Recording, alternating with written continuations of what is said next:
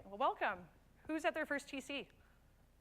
All right, big crowd, awesome. How about their second? Okay, third. More than 3? How about more than 5? Holy cow, everyone, awesome. Well, that's great, welcome. I'm at my second TC. My name's Lauren, by the way. Let's make sure this works, actually. I'm at my second TC. I've been at the company about 3 years. I work as a senior financial analyst. And today, we'll be talking about how I use travel data to make business decisions for the company. So what I want everybody to kind of get out of this, come on in. This is what to expect today, what we currently do, and what we could be using the data for, and where we're kind of going directionally with our reporting. So another show of hands before we get really underway. Who here manages a travel budget? Okay, who here works in corporate travel? Okay, anybody else do anything else with travel that I'm not thinking of? What do you guys do? Oh, great, okay, cool. Awesome, well, it sounds like we're all in the right place. So let's go ahead and get started. Great, well, so I work as a senior financial analyst on our FP&A team. For those of you who don't know what FP&A is, it means financial planning and analysis, or FPANDA as we call it sometimes internally. I have the best job in the company, not gonna lie. Also, I'm not just saying that because my boss is in the room. But my job is to help people solve problems. And what that means is variance analysis, reporting on financials, helping even guide margin conversations for future product growth, managing expenses, just kind of answering a lot of the questions on what is going on with my team. The way our team is structured internally is we have one finance person for each area of the business. I support sales. And so that means that most of the travel expense at our company is under my watch. But what that means, though, is that we're also a very small team. There's about 8 of us. We manage a huge employee base in terms of expenses. So as a team, we're really tasked with being efficient and being we need to scale. And so in order to scale, we need to be able to leverage what we know about the business and then leverage the data that we have available as quickly, as accurately, and just really like as thoroughly as we can.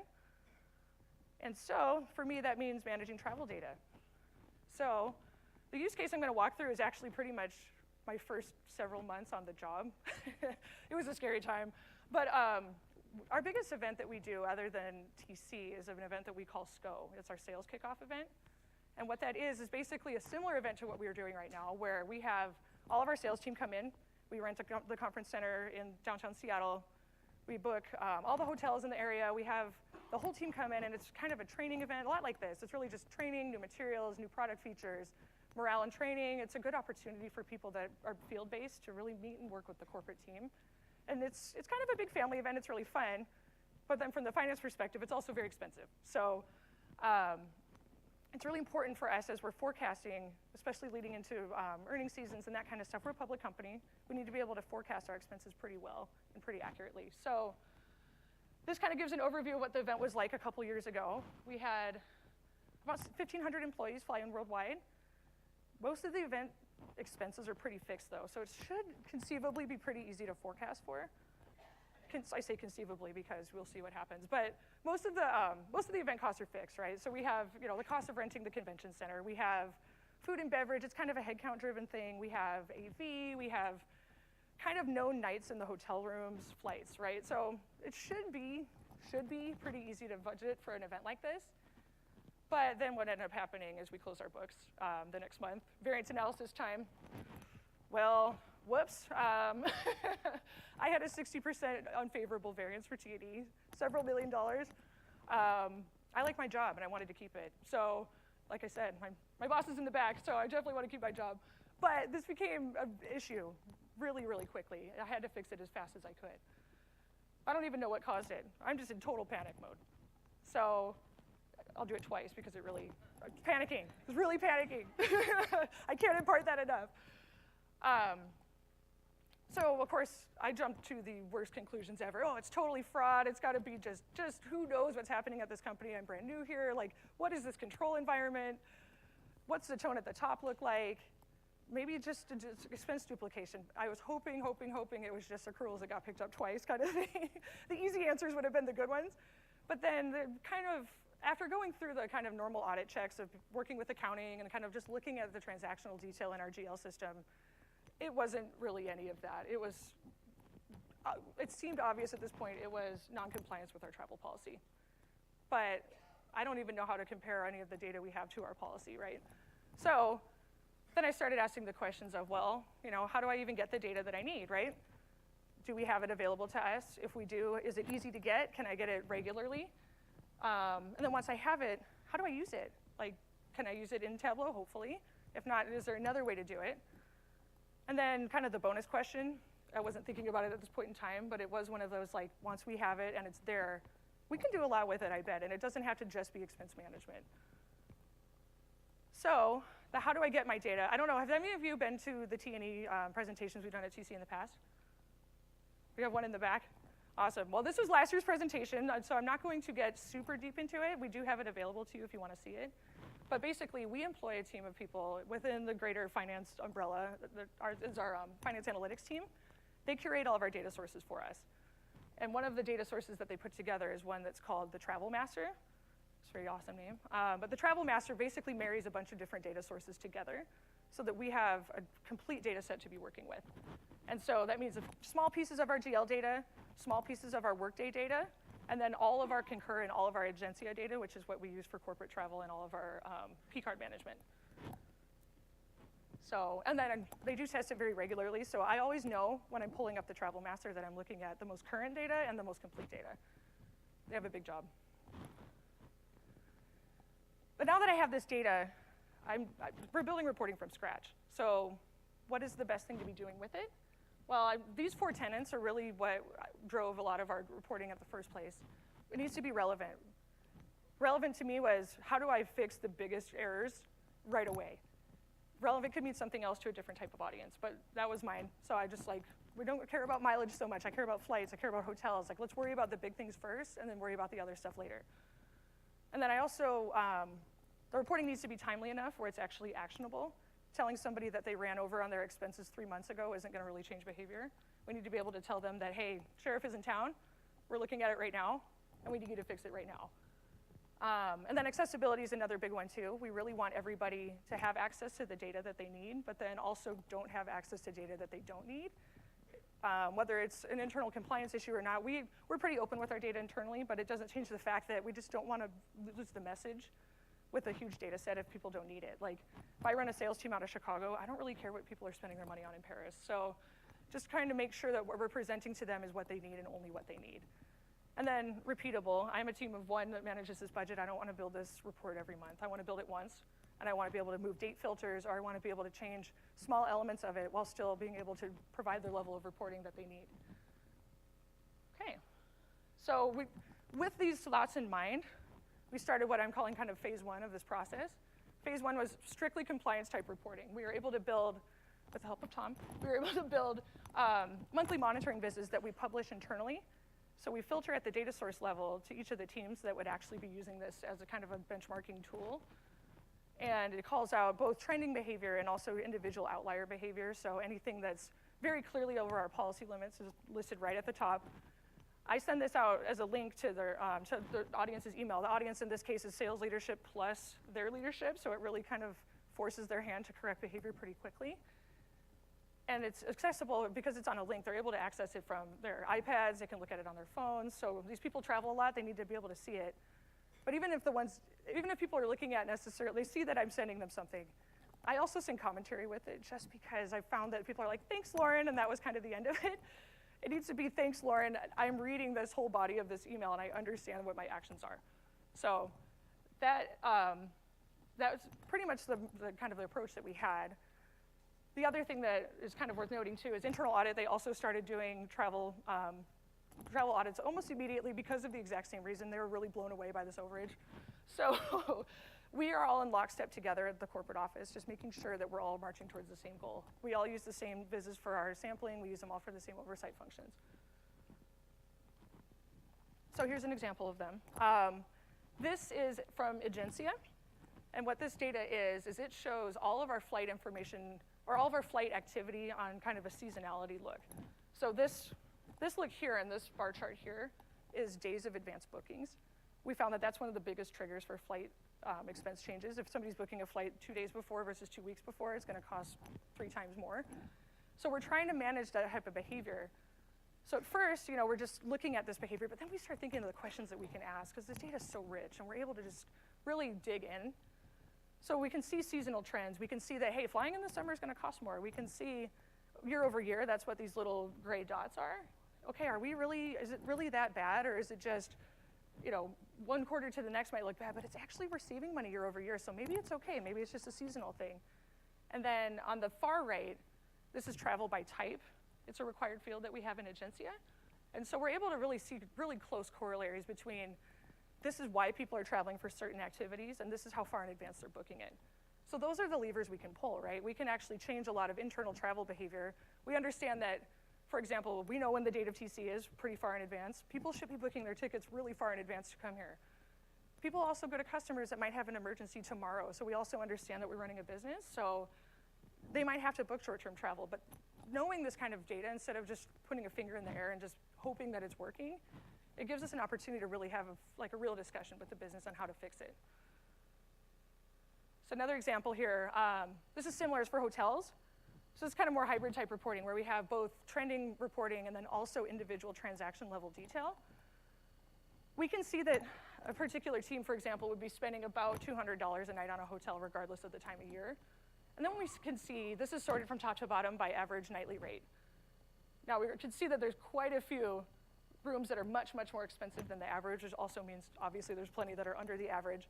But this gives us a little bit of color to be like, well, okay, is $560 for a night in New York, is that bad? I don't think so. Is $560 a night in Indianapolis bad? Probably. So when we're doing this review, it's kind of one of those, as I'm sending out messaging back to the business, I don't want to be punitive. I just want to make sure that we're looking at the right thing. And so this is a good way to kind of do that in a really quick way instead of digging through tons and tons of tables that you might otherwise get out of Excel or from Agencia into Excel. So here's a different example. This is from Concur. This is all of our meal spend, and holy cow, it is fun to look at. But this is very similar. I have it sorted top to bottom for cost per attendee. We have a policy of $50 per head.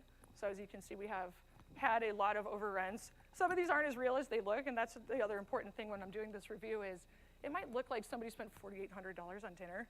They probably didn't put their attendee count in, I'm hoping. And so, well, I don't even know what you would eat that would cost that, right? But it does give us an opportunity to look at this and apply a lot of judgment too, because a policy is, at least internally, a policy is a guideline. It's not necessarily intended to be draconian. So if people are taking a customer out for dinner because we closed a big deal, they can buy a bottle of wine. We're gonna be okay with that. But we just don't wanna see regular team dinners where everybody's just going nuts, and that's really just not what our company's about. So being able to kind of apply the judgment to the data is really what has been important for us. Well, before we get into this, I do want to say, so after figuring out all this stuff with our SCO event where I was way over budget, the end result of this actually was that it wasn't even necessarily policy. I would say that was probably about 40% of what was the cause of our overruns. But what we actually discovered was that a lot of in-policy travel was happening just at a volume higher than what we expected. And part of that was because of an event policy where we allowed exceptions to stay longer, but a lot of people exercised that option. And so this did allow us to kind of make that business decision going forward to be like, unless there's like a really real business decision, you don't get to stay an extra week in Seattle, as lovely as it is. That doesn't make sense anymore. So doing that has given us the ability to decrease our travel cost per head 8% year over year. And we continue to send this reporting out monthly to each of the teams, and we continue to see efficiencies every single quarter. Our team is growing. We need to manage the business, and we need to manage it in such a way where we're not going to impact their ability to do their jobs, but we're just not going to be buying like steaks and lobsters all the time anymore either. So that was the biggest takeaway, but then also having a monitoring tool internally, even just knowing that somebody's looking at it really helps guide better behavior. And I was actually shocked when I started doing this because it seems like one of those very audit type functions, but I had so many VPs in sales just ask me, oh my God, can I see this? Well, can I see it this way instead? Can you show me this team? Can you show me that team? And the amount of thirst for this kind of information was really surprising. I also think they wanted to use it as a selling tool maybe. But it really was surprising to see the business really engage in kind of solving the problem themselves too. And this allowed them to be able to do it. And for myself, now that I'm back in just kind of normal forecast budgeting mode, when I'm forecasting my travel expense, it is so much more predictable now. I actually know what people are going to spend. I have the data to back it up. I have a ton of historical data. It's really easy to do now. I don't roll the dice when the accounting books come in and just go, let's see what happens with the travel budget. It's actually really close now. So that's, I'm going to give myself a gold star or blue ribbon. Good job, Lauren. But that's really not it, though. I mean, you could stop there, and we did stop there for a long time because we just had so much reporting and volume, but then it becomes, how do I do this better? And doing it better, or even just more efficient is really what our goals kind of got to be. So one of the things that I was thinking about was just, hey, it's one thing to look at compliance to policy, but what about the policies themselves? Do they make sense? Are they too stringent? Do we need to have different types of exceptions to rules? Do we need an executive travel policy? Do we need a cell phone policy? A lot of these things were kind of captured in a very gray way, I think intentionally within our policy limits, but maybe there's different ways to be doing things that we haven't really thought of. And then another thing that actually was brought to me from the field is requesting help in how we staff our field-based employees. We fly people everywhere. Maybe for the places that we're sending a lot of people, maybe we could just put people there, and then we don't have to fly anyone. Maybe we should be subcontracting certain types of labor instead of flying far-flung places. There's a lot of things like this that we can't answer these questions unless we look at it, right? And then, of course, for myself, how do I make this better? I don't want to spend all of my time doing this. I have a day job too. But there's other ways to add efficiencies to the process, if not for myself, then certainly for AP, certainly for the travel team in the back, certainly for just all kinds of different reporting functions that spend a lot of time doing administrative help with travel. So one of these, one example that I have, actually, Jenny and I in the back, wave Jenny, she's our travel person. We were actually looking at, do we need to change our corporate cell phone policy? We allow people to expense with manager approval, like the amount used for business.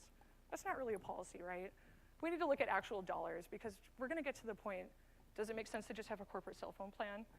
Do we only allow certain types of field travelers to use their phones? Do we have a dollar limit? Do we do any of this stuff? How do we even decide? And then even if we decide to do nothing with it, why do we decide that? We don't want to just guess.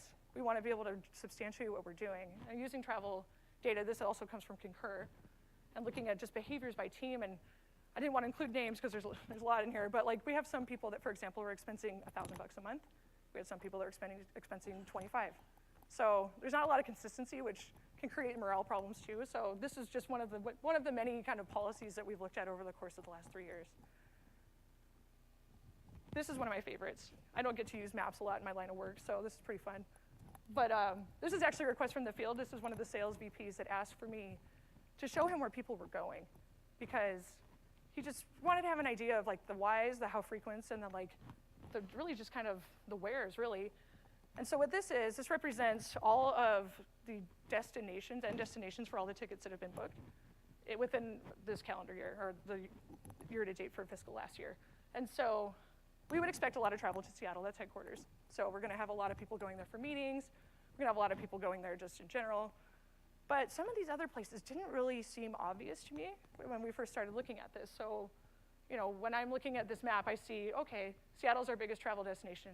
Atlanta, why Atlanta? We don't have an office there.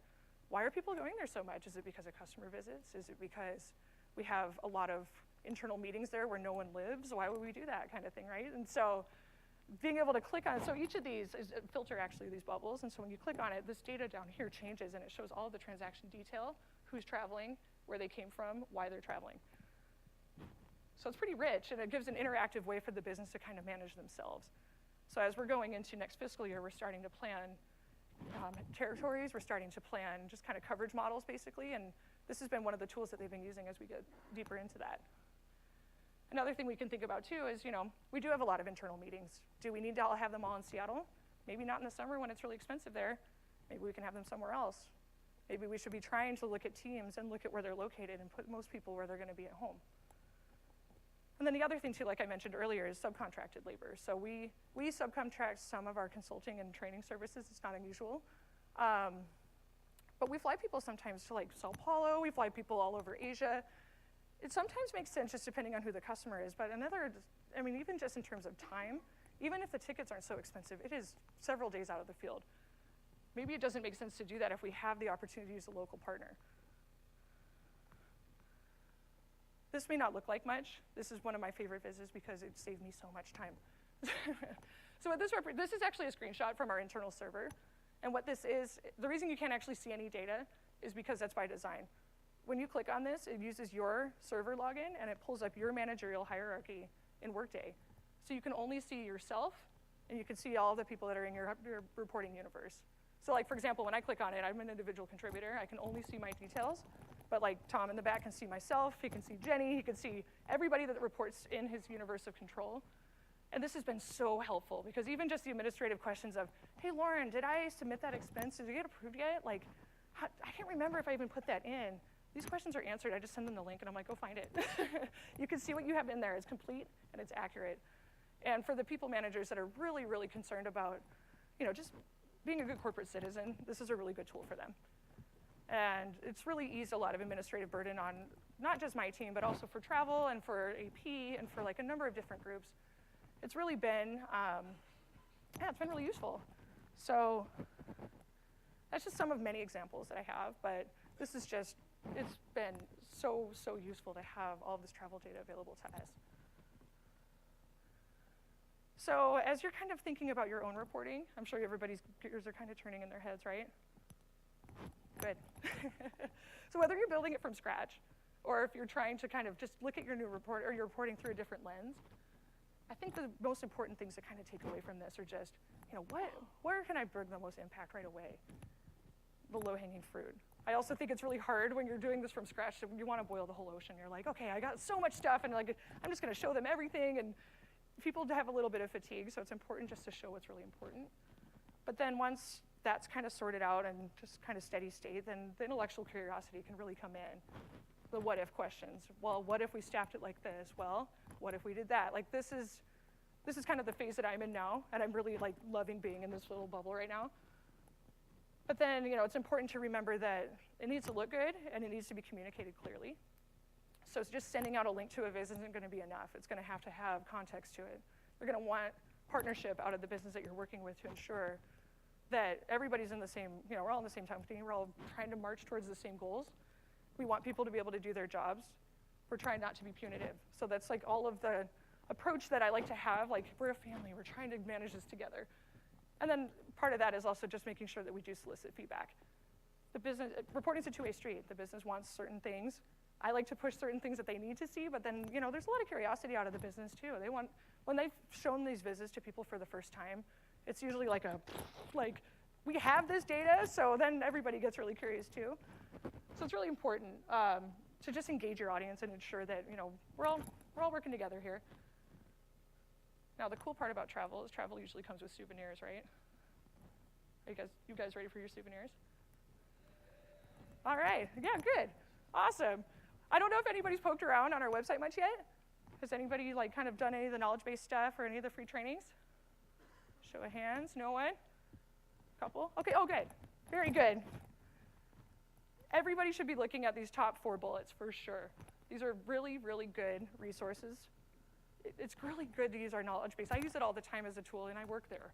And it's just basically a great way to hey, how do I fix this calc? What is an LOD calc?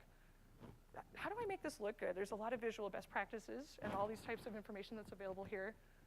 We do have some e-learning products as well, but this is a great place to start. And the specific takeaway I want you guys all to have, we do have some starter workbooks. So these are available to all of you, and you can connect your own agencia and your own Concur data immediately to this data set that we have, or to this workbook out here.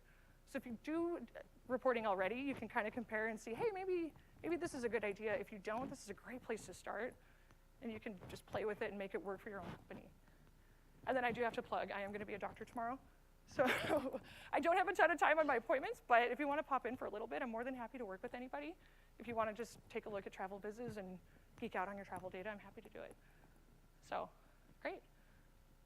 So in that regard, I wanted to leave a lot of time for Q&A. I realize that I just ran really short, but I'm sure there's a lot of questions.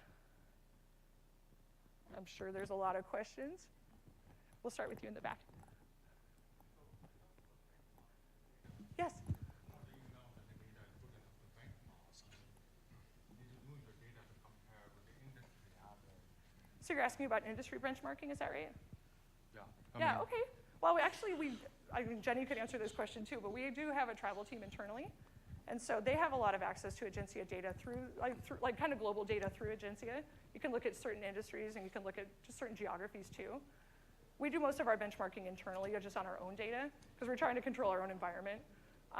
We could look at different tech companies or different kind of different geographies, Seattle-based companies, for example, but we've chosen as a company to just do everything internally. Does that make sense? Okay. Yeah. There's actually not a lot of great industry benchmarking that you can get in the right kind of format to be able to connect it to our data. A lot of it comes in like PDF form, or you'll get it from your travel management company. So we use that really as a guideline, and we really do, like Lauren said, we just really try to use our own, we benchmark against ourselves. Mm-hmm. Yeah.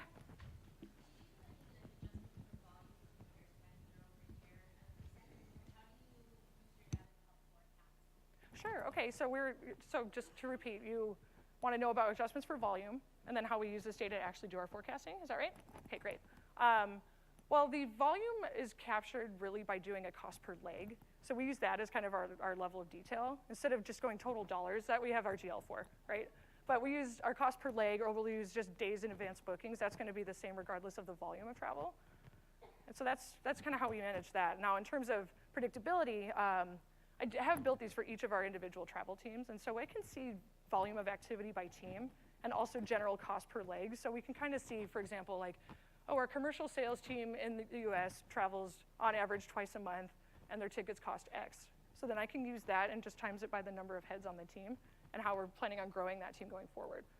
So it's a pretty easy way to actually forecast for that. Same with hotels. We have a pretty good idea of what our average rates are going to be. And so that's how we drive most of that. So it does actually go up and down with our headcount growth. Yeah. Yeah. I actually don't. We use Anaplan, which does connect into Tableau. So we use it more for the outputs and reporting. But there is a forecast function, but it's just, for the way we do it, it just doesn't really work. Yeah.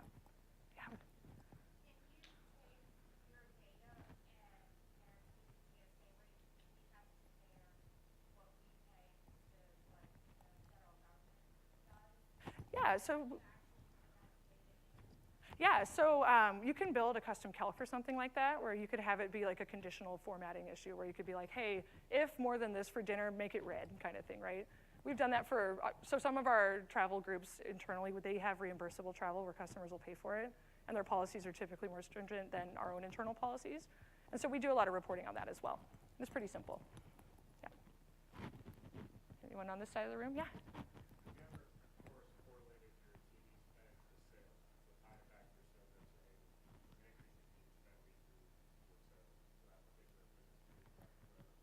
Yeah, I mean, it wouldn't be difficult to do that. We haven't done that, but we could connect this data because as long as there's a similar field in different data sources, we could look at, for example, their attainment in Salesforce and their travel activity and see if there's a corollary there. We haven't taken the time to do that, but that's actually a real good, that wouldn't be a bad analysis. It's good to know, right? Sure. Yeah.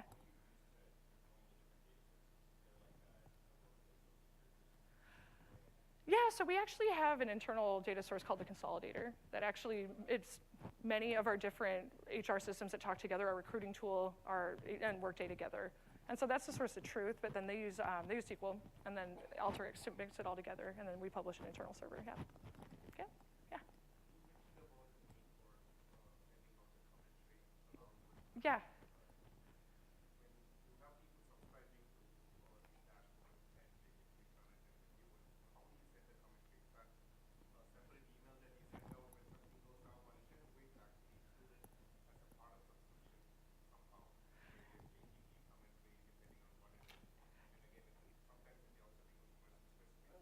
Yeah, so the question is whether you could include the commentary in the link itself, or if it makes more sense to send as an email, or just kind of what works for the audience, is that right? So it's interesting that you say that, because I actually did, and there is a comment box in Tableau, so you could easily add a text field and do that. But I can also see when the link is actually being opened or not. And it's very painful when you're writing all of this beautiful commentary, and you have all this insight, and then you're like, page view 0, like, come on, right? And so I send it as an email that has like a read receipt attachment on it. And part of that is that I can control the audience and ensure that I know that you saw this, right? Part of that is the compliance part of it, but what we found is it's interesting, and I guess it shouldn't be surprising, is that, like, for example, the sales teams that were already inherently good at managing their travel are the ones that just drank this in. They're like, oh, this is so cool, I love this viz. But then it's like the teams that really didn't have that same approach to travel management were the ones that were blowing off the emails too. And so those were the ones we're having a specific email to, and including, more importantly, their level of leadership above them on it. Then that really kind of was what drove a lot of the behavior change. Yeah. Yeah.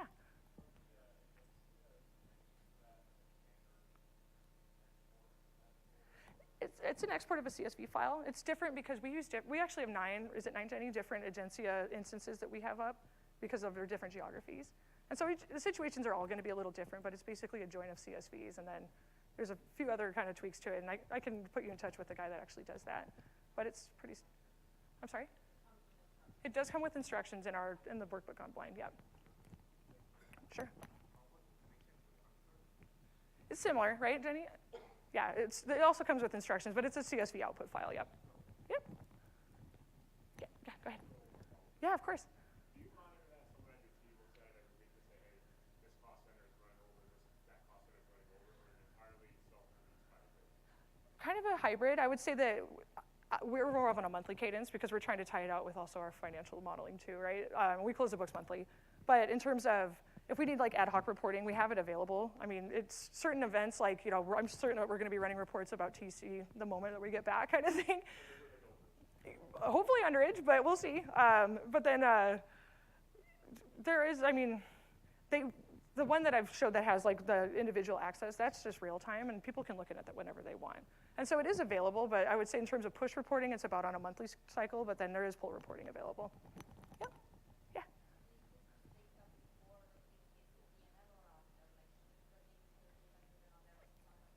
Oh, that's a good question. So the question is whether we look at this before it hits the financial books or after.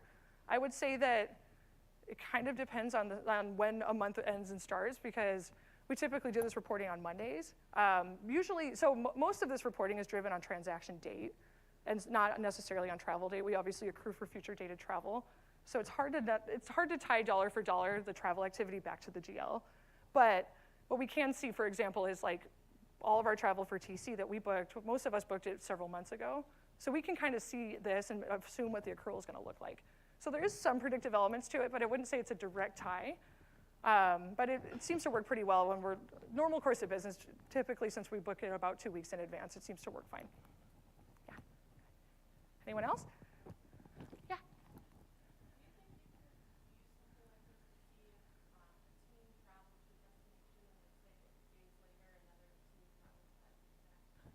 Sure. You can use that.